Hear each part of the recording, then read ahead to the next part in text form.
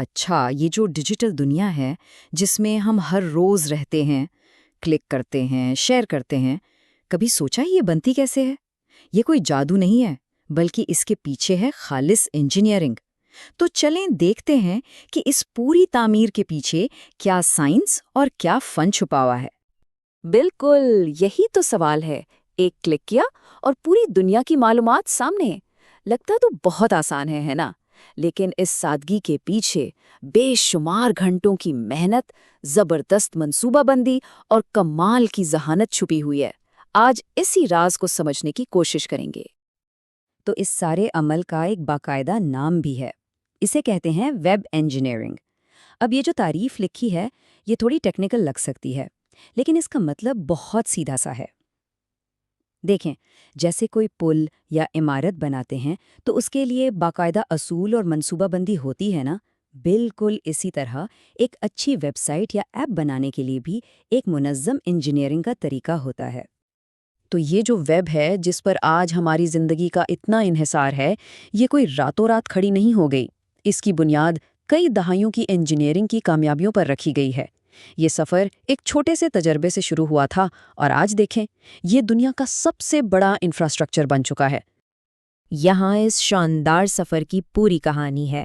ذرا دیکھیں، 1960s کی دہائی میں ARPANET سے، جو اصل میں ایک فوجی منصوبہ تھا، پھر 1991 میں ٹم برنرز-لی کی پہلی ویب سائٹ آئی، اور پھر 1993 میں آیا موزیک براؤزر۔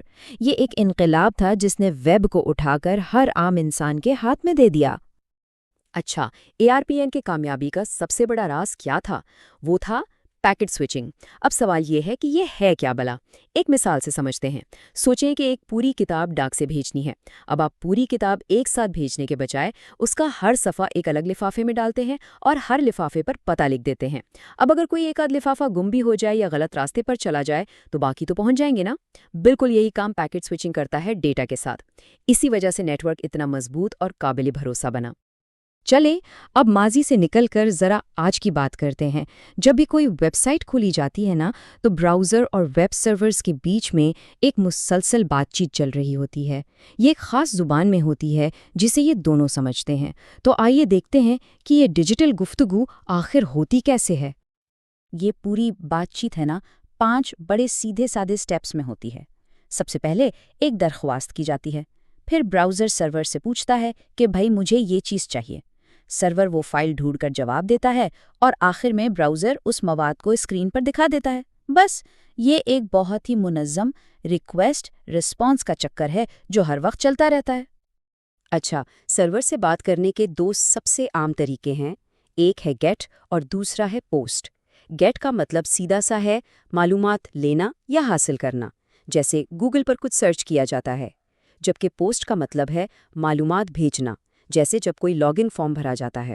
اب پوسٹ زیادہ محفوظ کیوں ہیں؟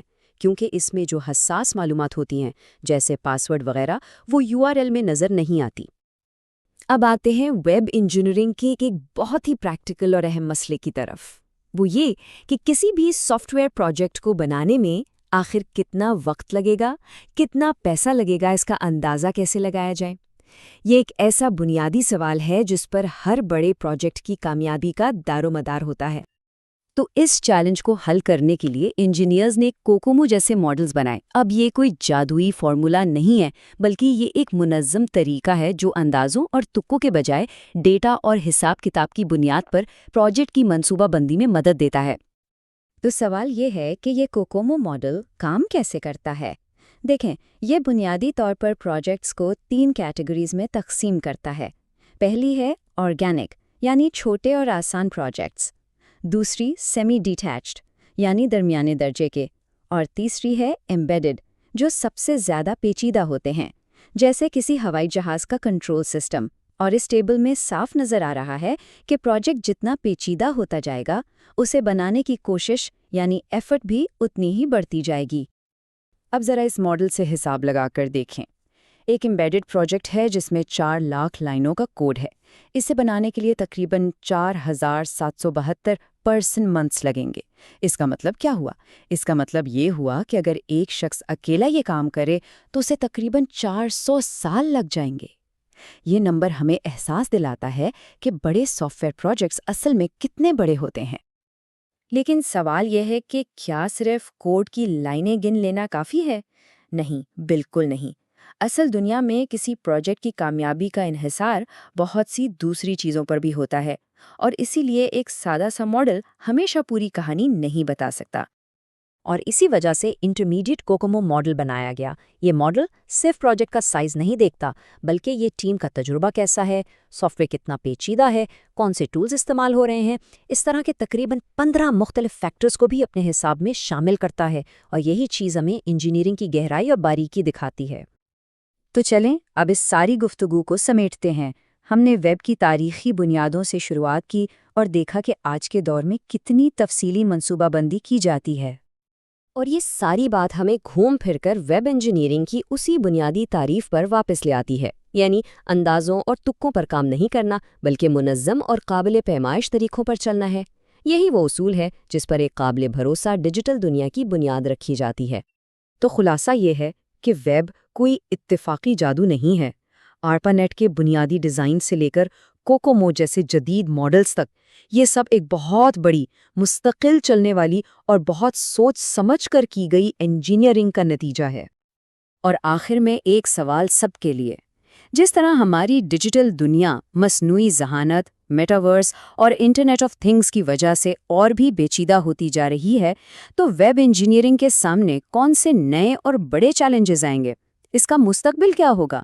یہ آج کے انجینئرز نے طے کرنا ہے۔